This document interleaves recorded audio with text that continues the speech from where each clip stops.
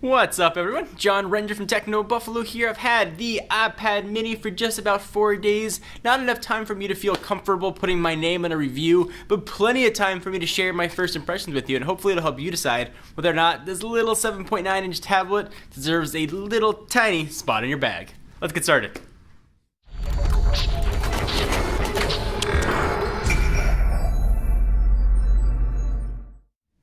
Alright, so let me get this out of the way. I'm not gonna lie, I was extremely dubious about an iPad mini even existing. Then when Apple announced it, I was even more so about its utility.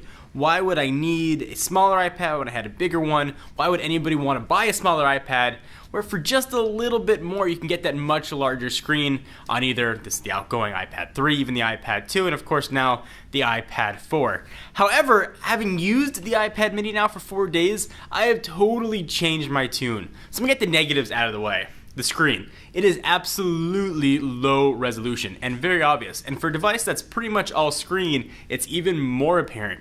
If you're coming from any Apple product with a Retina display or an Android product with an HD screen, you are really going to notice immediately the low resness of this.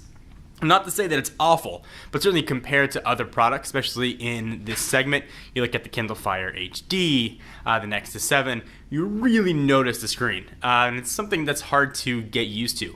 If you're not going to go back and look at another screen, then yeah, it's going to look fine. Similar to if you're shopping for a television set, you're in a big box store, you see all the TVs up on the wall, you can really see a difference between the two, especially when they're next to each other. But once you get the TV home and put it on your wall, you don't really notice the difference.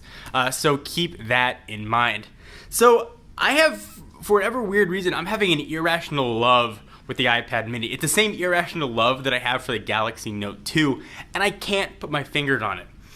Perhaps it's because it's so tiny, I can just put my hand all the way around it and carry it with me. It feels like I've got the internet with me anywhere I want to go. I think a lot of it has to do with the little bezel on the screen. It's almost non-existent. I love the way the tablet feels in the hand. I love the lightness of it. It's perfect for sitting on the couch and flicking through pages.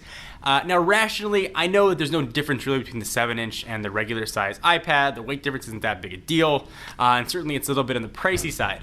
But I still love this tablet, and I'm not sure why. The build quality is absolutely outstanding. I love the way it feels on the back when I hold it. The weight is absolutely awesome. It makes me want to read a book, which is something that I don't usually want to do on a tablet. I usually reserve that for an e-reader, a Nook, or a Kindle. Or something similar. But there is just something about this tablet. One of the great things that I like, it was a very pleasant surprise, is the typing experience. Because it's so small, it's almost like typing on a big cell phone when you hold it in portrait. You can easily type with 2 thumbs and faster than I could even on the full-size iPad. Same thing when you hold it in landscape. Since it's so small, you can easily have your thumbs go anywhere you want to go, and you could type blazingly fast. That was a very pleasant surprise. One issue that I've had with it, and another issue I guess, is trying to click small links. Because of the resolution, you gotta really do a zoom in and then click. So if you do a lot of links, I'm thinking for my example, I'm a nerd, yeah, it's like that's a surprise to you guys. I do a lot of fantasy sports. I'm doing a fantasy basketball and football team now, and I want to click on a player's name. I can't quite get there with my fat little finger. I gotta keep zooming in, something to keep in mind. Video looks great on it, even despite the resolution. And I really wish I could say why it is that I love this tablet so much. But I really do. If I was looking to get a new tablet right now, I'd be really hard pressed to not go and pick up an iPad mini with 4G in place of an iPad 4. I could deal with the lower resolution screen. If you're not in a rush, you may want to wait a generation and see what that's going to bring. Hopeful that we'll see a Retina display, but a little bit doubtful. The only way Apple could get a Retina display on this would be to shrink the size of the current Retina display on the larger 9.7-inch iPad without having to fragment even more.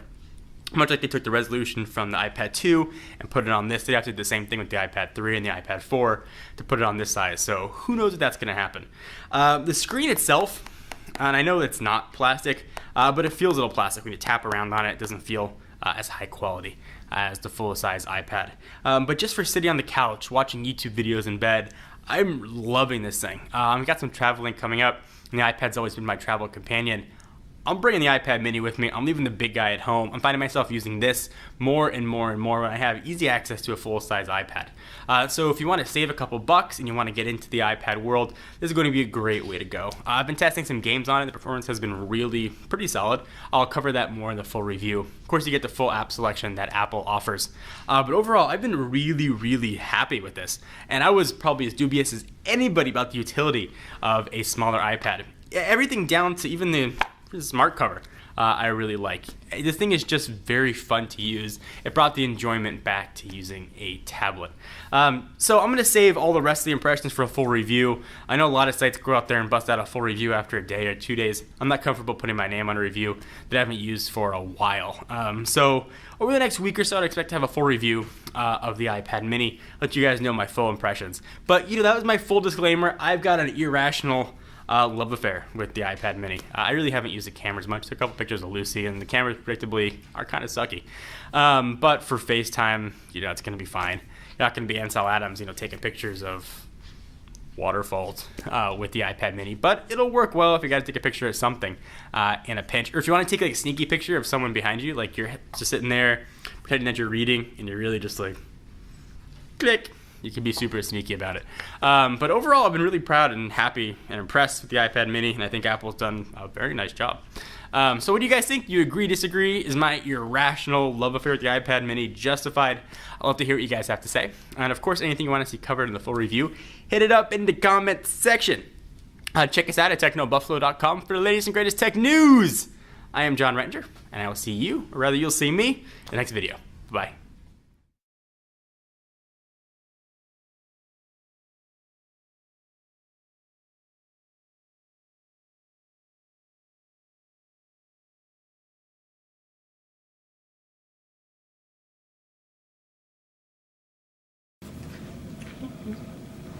We're good. Checking me out?